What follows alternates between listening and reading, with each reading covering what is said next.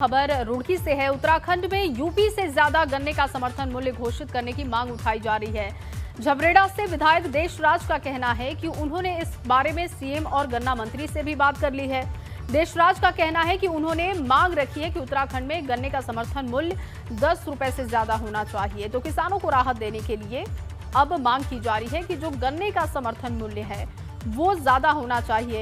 इसकी तुलना उत्तर प्रदेश से भी की जा रही है। और बताएं आपको कि उत्तराखंड में गन्ने का समर्थन मूल्य 10 रुपए से ज्यादा होना चाहिए।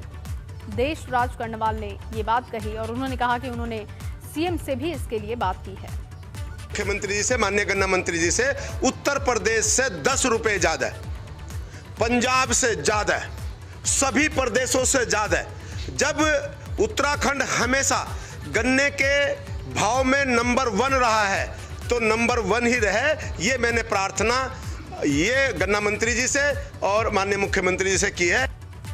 वहीं हरीश रावत को कांग्रेस की तरफ से सीएम फेस बनाने पर कांग्रेस विधायक गोविंद सिंह कुंजवाल का बयान सामने आया है।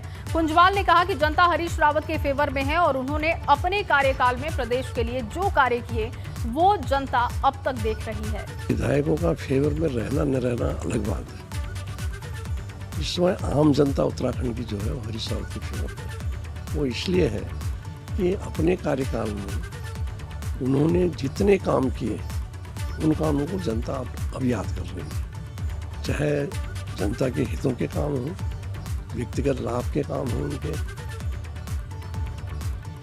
और अब खबर अल्मोड़ा से है, जहां अल्मोड़ा दौरे पर पहुंचे सांसद अजय टम्टा ने इस बार के चुनाव में बीजेपी को 60 के पार सीटें मिलने का दावा किया है। उन्होंने कहा कि डबल इंजन की सरकार राज्य के लिए पूरा काम कर रही है। हो गई है, एयर कनेक्टिविटी हो गई है, ऐसी और बहुत सारी पीएमजीएसवाई के रोडों से हम गांव-गांव तक पहुंच चुके हैं। कांग्रेस इन पैसों को बर्बाद करती थी, हमने पैसे को सदुपयोग किया है, लोगों तक पहुंचाया है, इसलिए हम कहते हैं कि हम 60 पार करेंगे। उत्तराखंड अनुसंधान केंद्र ने बायोडायवर्सिटी के क्षेत्र में एक और बड़ी कामयाबी हासिल कर ली है। अनुसंधान केंद्र ने एफटीआई परिसर में करीब 4 एकड़ जमीन में पाम गार्डन तैयार किया है, जिसमें उत्तराखंड के साथ ही दूसरे कई राज्यों और विदेशों से पाम प्रजाति के पौधे लगाए गए हैं। बताया जा रहा है कि ये देश का सबसे बड़ा और उत्तराखंड का पहला एकमात्र पाम गार्डन है। इसमें पाम की करीब 20 प्रजाति के पौधे हैं और उसमें ये भी प्रजातियां लगाई गई हैं जो कि संकटग्रस्त और खतरे में हैं। और अब खबर पौड़ी से है, जहां पौड़ी में पहाड़ी शैली में बना राज्य का थीम पार्क खस्ता हाल स्थिति में है। 28 जनवरी को तत्कालीन मुख्यमंत्री त्रिवेंद्र सिंह रावत ने इस पार्क का उद्घाटन किया, लेकिन उद्घाटन के बाद से ही पार्क के रखरखाव में बढ़ती जा रही लापरवाही की वजह से खस्ता हाल हुए पार्क को बंद भी कर दिया गया। इस पार्क में लोगों के मनोरंजन के लिए स्केटिंग रिंग, म्यूजिकल फाउंटेन और एम्पी थिएटर के साथ ही और पर्यटकों के ठहरने के लिए हर समय दूसरी सुविधाएं भी मौजूद हैं।